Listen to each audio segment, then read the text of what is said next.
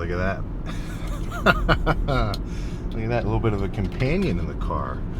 Yeah, this is always kind of, not a plan, of course, but if you've got a gym to yourself, you get to bring the dog. So we'll get a little more of a formal introduction once we actually get into the gym, but it's Blue, big old Great Dane. Honest, and I hate to say this, but this dog is heavier than some lifters out there. And you know what? That's not a problem. But he has actually been bulking up rather well. So, I don't know his exact birthday, but he's 5. He's a 5er. He's already been around. So when we got him from the shelter, hips, bones, or no, hips, ribs. Like he was all right, but he was definitely on the lighter side of things. So I don't know calorically what his food intake was, but for the last just about 5 or so weeks, he has been on. He's been on a surplus. I'm talking full-on cans of food. You know, half a can of pumpkin, just good for him on the inside, belly-wise, fiber and everything else. But yeah, now he's running around freaking spry. But it's weird now because I've got this normalizable perception of size, I guess, where I'm looking at him and I'm like, that's a regular ass dog. And then like my parents' dog and like some of my friends' dogs, like a little husky, like they're like 30, 40 pounds or something. Like they look like they're nothing, you know? So it's like I've got dog dysmorphia. But no, he's awesome. So if you were thinking about potentially throwing a dog into the mix or cat into the mix, right? Let's say you got a little bit more space constraints. You got a maybe 2-bedroom apartment, whatever. Look, man, there's this kind of thought process where it's like, all right, well, if you're gonna get a family pet, you've got to get them as a kitten or as a puppy so that they grow up with you. And it's like, I mean, I get it, but there's dogs looking for homes all over the place. You know what I'm talking about? And it's like, yeah. Plus, if you get into the whole like just breeding business side of things, or like commercial pet stores, I think it's just gross. You know, like it freaking sucks. Out of everything I'm passionate about, that's definitely one of them. You know, so if you've got a shelter around wherever you live, I mean, I feel like it depends on the day, but it's worth a stop in. You know, a little bit more cat centric. I'll just run around and see who's who's all just maybe that's a good video in and of itself. I'll just bring you guys along to the shelter and mess around with all the shelter cats. But no, plan for today with chest, go absolutely nuts in a good way, right? Now I'm not talking like foolish, but I got a comment, and I don't know if I replied to it. I think I didn't, because the guy was kind of trolling. But I'm not one to like completely disregard criticism. Like the gist of the comment was like, you only did 3 exercises for chest? Because I did incline, I did cable crossover presses, which I will admit are a little bit squeezing focus. It's not like a full loaded stretch. But I did those squeezing kind of crossover presses on the cable, incline Smith, decently heavy too, and then some pec deck, and then finishing back with cables. So the comment was, you only did 3 movements? And it's like, well, what would you recommend? You know, what's better? Honestly, there's a gradient scale of, okay, 0 sets, it's probably no gains. I think we'd all probably agree with that. And then, well, there's no need to do infinite sets, right? So where is that number really, you know? Because is it like, are you trying to say that we need to do a press and a fly to hit the chest in all different angles? Like, I think that would be the max, you know? Like, if you really wanted to diversify a chest day, you would want to do 3 presses and 3 flies in whatever order, right? So a decline press, maybe something like a dip, maybe just a decline machine, a flat press, an incline press, a flat fly, a kind of decline fly, and an incline fly. Like, is that what we need? You know? And for me, the way I look at it is not hitting check boxes of like doing a movement in this way or whatever. It's like, I don't know, I guess it's just open for discussion, you know? Because I know what it feels like to have a good chest day. Like, I know what a good lift feels like for me. And sometimes all that requires is like even just one good flat incline-ish press. You know, like I've had lifts pretty recently where all I do is like 5 sets of incline dumbbell, you know, pretty heavy, hard sets, real failure, you know, throw the dumbbells down, and then finish with like 2 or 3 sets of flies, and that's it. And that's just a 2-set workout. And I feel pretty good about it. Like, I leave and I'm looking at myself in the mirror posing, I'm like, nice. You know? So the way I think about it is more so on days where a simpler workout works. Like if I jump on the Incline Smith and it's just like clicks, it's perfect for today, then I just want to spam Incline Smith for as many good sets as I can, and then move on to whatever else is a fly that I think will feel good to finish. And so if I do a few sets of Incline Smith and then I move on to let's say I think the pec deck is like going to be a perfect finisher, and I do 4 good sets of the pec deck, well then I'm fine with that. And that's only a 2-set workout. So the one little kind of asterisk next to that approach is I don't want to do the same movement combination every time. Like, I wouldn't want to do Incline Smith only for the rest of time, because I mean, Incline Smith felt good 4 days ago when I did chest last, but today it might just not click and I might not really like it, and maybe I want to do like a cable press or one of the plate loaded machine presses, or something along those lines. So I don't think it's so necessary to make your workouts so diverse on an individual lifting kind of level, and I think it's a little better to try to leverage whatever machine combinations you think will really do the trick. And honestly, probably using that approach, 4 movements is probably around close to the most that I might do. Maybe 5 on like kind of a wild day. But if I'm doing 2 sets of movement, 4 movements, that's 8 sets. Usually by set 8, that's about good for me for chest. But let's say I had one movement where I didn't really like it.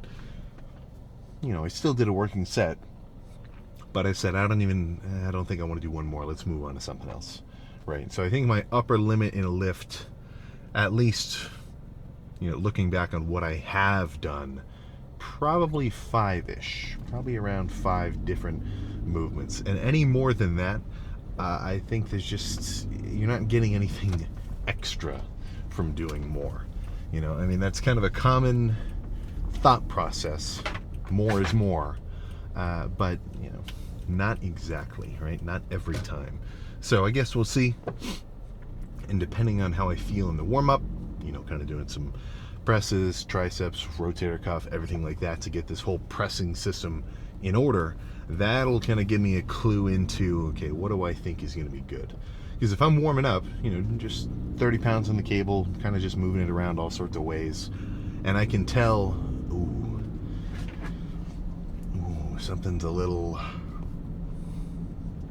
something's just a little something, then maybe I shouldn't try to do crazy heavy Incline Smith or crazy heavy dumbbell bench. Maybe I'll start with a lighter squeezing movement first to kind of prime myself, But I will make it a little bit of a challenge today, or not today specifically, but just in general, to try to change it up a little bit more. Because when I'm dieting, the stakes of the workouts are a little bit lower, I feel. I'm still treating it like I want to get after it, of course, but I'm just trying to maintain the muscle I've already built. So I almost take my dieting phases to be a little bit more experimental, in the sense that, if I don't have a completely perfect wild lift well, it's just a bust. And it never is, but it's when I'm bulking up and I'm eating a lot of food, I'm really trying to make sure that the workout is just, tip top, my version of performance. But when I'm dieting, as long as I get a good pump and I get after it, I'm pretty much cool. I definitely need to throw in some decently heavy sets just so I don't lose strength, and I can keep lifting similar numbers, not just for their own sake, but kind of just for the benefit of maintaining some of that. I guess I'd probably just say contractile tissue, right? If you start just completely backing off and not hitting any hard lifts at all, you're definitely setting yourself up to be a little bit more, potentially atrophied, if you know what I'm saying. But I'll get into all that in a little more detail as we go on. We've got months upon months to go back and forth about the process of getting lean, everything that goes along with it, plus, little tips and tricks to make it a little easier on yourself, just by looking at your own kind of, characteristics or what you like. If you're a guy who needs to hit a 5 a.m. lift and that's just your prime time to train, go for it. I probably wouldn't love to do that every time. I'd want to move around and get some water and food in me first. But that's just me, And that's something that I think gets overlooked a bit, because if we're looking at, different kind of, characters or bodybuilders as authority figures, they've made a pretty substantial amount of gains and progress in, their specific field. They definitely know what they're talking about, at least a little bit. But there is a little bit of a lens to, to look at, where it's, some of this stuff is, shit that would probably work for everybody. And then there's a good chunk that kind of just ended up working for them. So it's this give and take of like, okay, this is what they do that worked, but it's also this is what they do that they like. So it's always up to a little bit of viewer discretion to try to, decide what to apply to your own training and what to, maybe just try, but, not die hard lock into, if you feel what I'm saying. But now I'm just on a freaking ramble. Let's go get this chest day started. All right, so I guess I'm not starting too crazy, but 3 plates in a 25. Let's just burn out some incline press. But this set is a little different because instead of the point of it being like an incline Smith or an incline dumbbell, where it's like, 10 reps is gonna be it.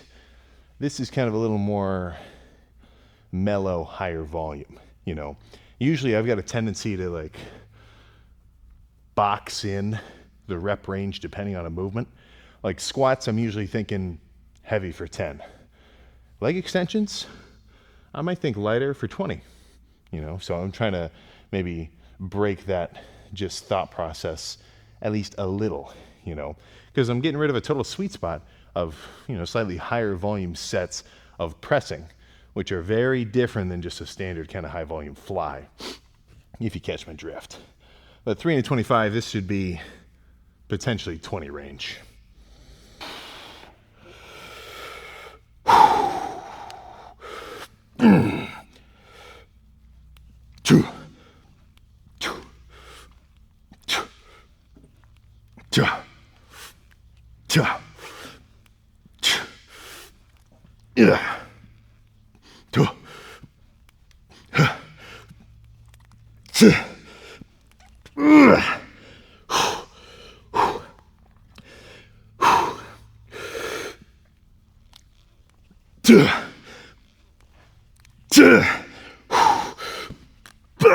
Okay. Oh, okay.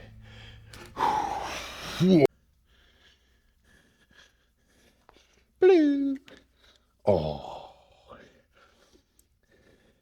You're sleepy, aren't you? You're not even working out.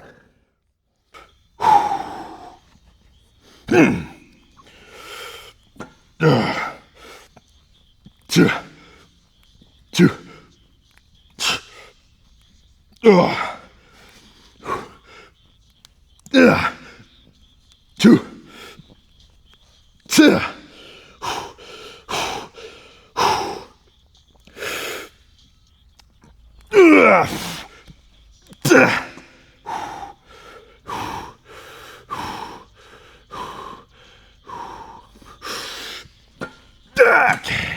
Oh, shit. Oh. Let's move on. Let's freaking move on. Those were good. So this will be a set of kind of crossbody presses, but a little heavier. So the point's kind of just the tension of these reps. And I'll admit, not the prettiest, but I'm gonna feel it like a mofo. And it's like, what are we doing? You know, is our form meant purely on what is visually appealing, or is it based on like what kind of actual stimulation and activation do you get? You know, so maybe I'm just coping for kind of throwing weight around, but I definitely feel like I'm gonna be hitting my chest on these. Go over there. Go on, buddy.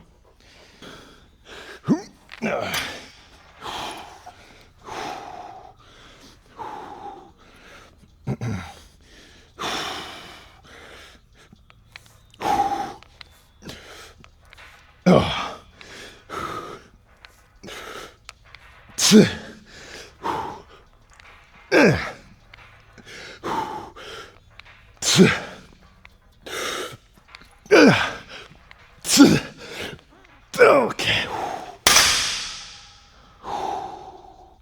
Oh, one more. Yeah, that's good. There we go.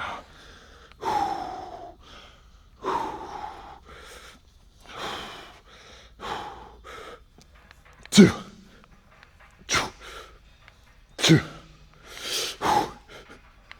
Yeah.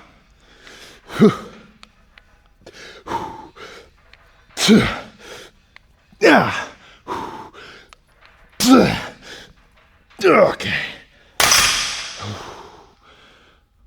Okay. Let's move on. A good set of flies will be nice right now, I believe. Nothing fancy. I want to get squeezed when I'm strong at the top of the first few. But as I get more fatigued, just kind of burning them out and doing as many as possible sort of takes priority, right? At least for this style for me.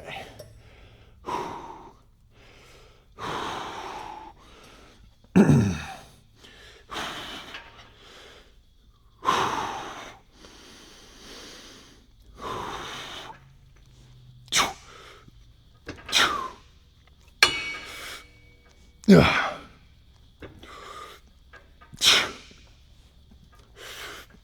Yeah.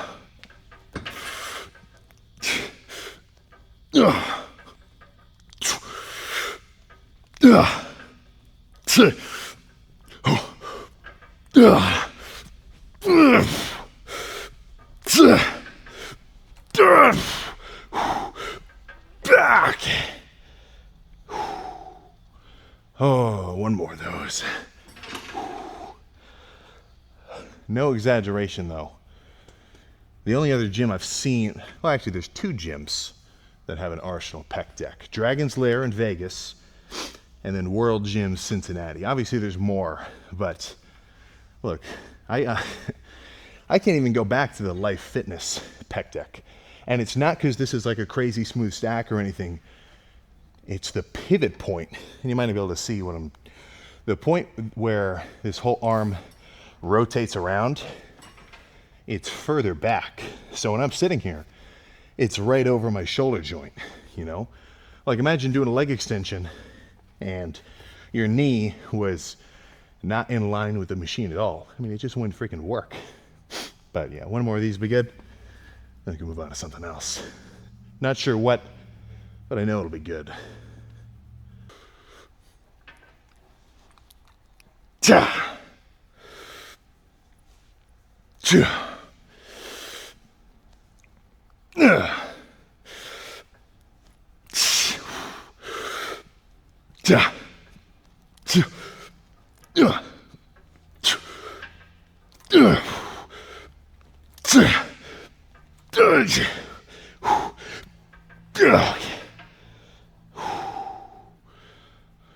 Oh, yeah, let's go back to cables. I think that'll be the finisher. I may do a few of these, but standard kind of bent over, basically flat press almost. I don't want to sit here and try to press outward, right? Because I got to have an equal and opposite force this way. So what am I supposed to do? Like, kind of balance? Being able to just bend over, I got my whole body weight to pull the weight down, so it's just kind of a more stable situation. But lighter than those crosswinds were before. This is only 100 pounds instead of 170. So I'm going to have a bit more of a hold and squeeze at the bottom. But 1 could do it, 2 could do it, we'll see. I'm aiming for kind of a subjective feeling of fully pumped. So it's almost something you kind of have to do. You can't predict.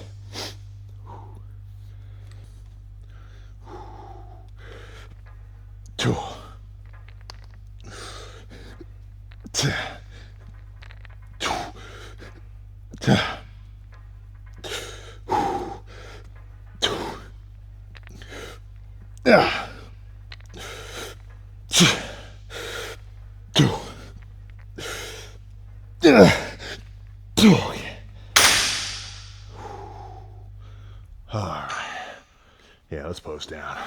Chest complete. There we go. All right. Yeah, I'm feeling slender in the waist. And I mean that in a good way, because if I'm down, X pounds, you might think, ooh, all that weight got kind of siphoned off collectively, evenly, but not so much. Even just from chilling on my food intake, not having a belly full of food all the time, well, it just feels kind of cool.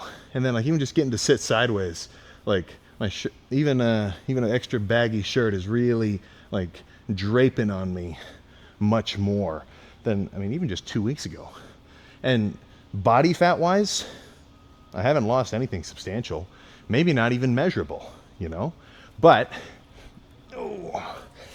I can already tell that the calorie limiting, or even just chilling on wild intake, has begun to, well, let's just say take its course.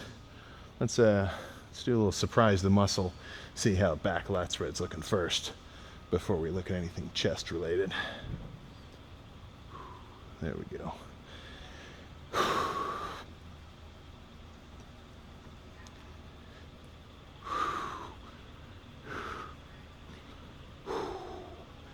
Yeah. That's what I want to see, all this fancy stuff in the middle. But all right, now we can actually get to the main event.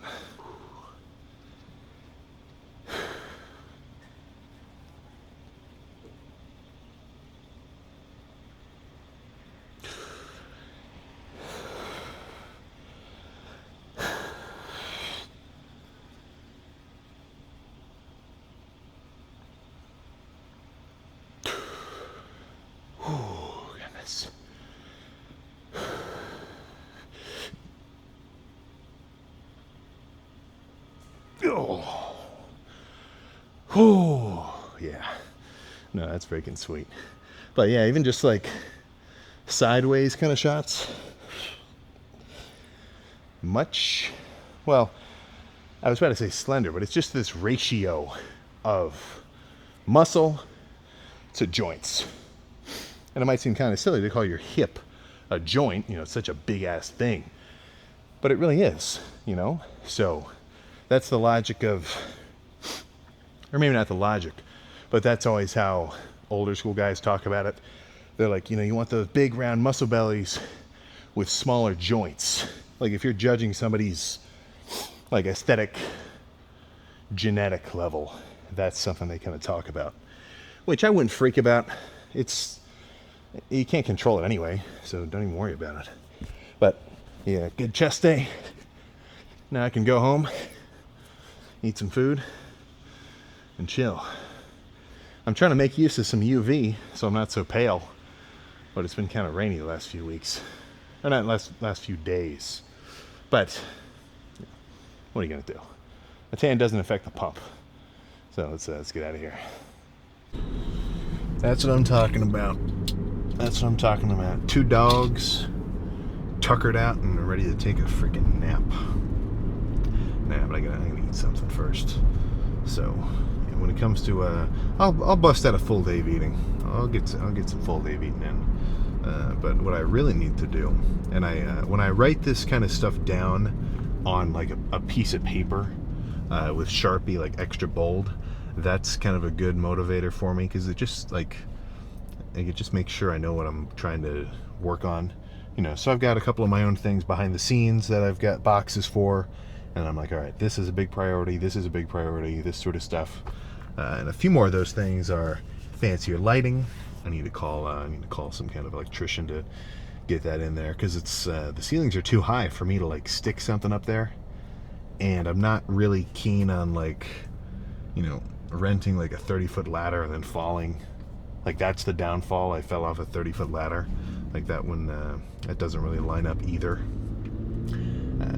And then, actually, that's kind of one that I'm extra excited for. There's a few other pieces to throw in there. An adductor machine, potentially a preacher.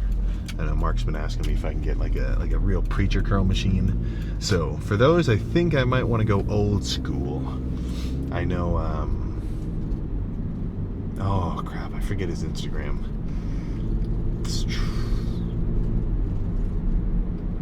It's like super strength gym equipment. I don't know, but he's the guy. Like, he is the guy to go to when you want just, I mean, really any kind of piece of anything. I've run into him a couple times at different expos and things. Total beast. He knows what he's doing for sure. So I might reach out to him and see what kind of inventory he's got. Because a cool bicep curl, I mean, it's hard to beat. I really like the, you know, not to talk about curls when we're talking about chest today, but I really like, it's like a seated, just an upright seat with two pads. And I mean, it's like you're just doing a regular ass curl, but each arm is individually loaded. There was a really old machine like that at Gold's outside that was pretty good. It was, I didn't totally match up with like how the machine was made, but it was pretty good. So I think something like that would not hurt. But other than that, I mean, yeah, it's pretty freaking stocked in there. I might rearrange some things, but I need a jack. Like, moving me, Mark, and some of our buddies from the other gyms, we all moved a couple pieces of equipment that got delivered later with no rollies, no nothing. And it's like, you know, you don't know how heavy a regular ass leg extension is until you've got to get four dudes all grabbing it from wherever the hell they can get their hands on it, trying to yank it towards the opposite side of the gym. Yeah, it's freaking nuts. But no, so there will be some plans, and then I think that would constitute probably another gym tour later on, just to really break everything down. Because I think over time too, if there's pieces that I don't end up using, and they're there but they don't get used, well, then it's like, what am I doing? You know, it's if that's kind of supposed to be an amalgamation of my own space, then that's kind of you know, you want to break it down to just the necessities, but you know, the things that you could really get behind. And that's why I'm never going to stop going to different gyms. Oh, I say that now, deeper into this dieting phase, because right now I'm casually dieting, almost, if you catch what I'm saying. Like, for me at this stage of dieting, it's not like blinders on, total beast locked in. It's, you know, don't overeat and you're good. Right? Hit your lifts, I'm still strong. I don't really feel like I'm lacking too much energy. Legs yesterday, I was feeling it a little, but not too bad. But over the course of like months, like come January, I might become a little more reclusive, just because of, you know, I'll actually start to kind of feel the prep fatigue, you know, because there's dieting and then there's dieting. And I did not know that until earlier this year. But the second time around, I can almost guarantee it's going to be easier for me, just because I've already done it before. But yeah, nothing else to say there. I think solid ass chest day, cardio in the morning. I'll see you for back at whatever gym that ends up going down at.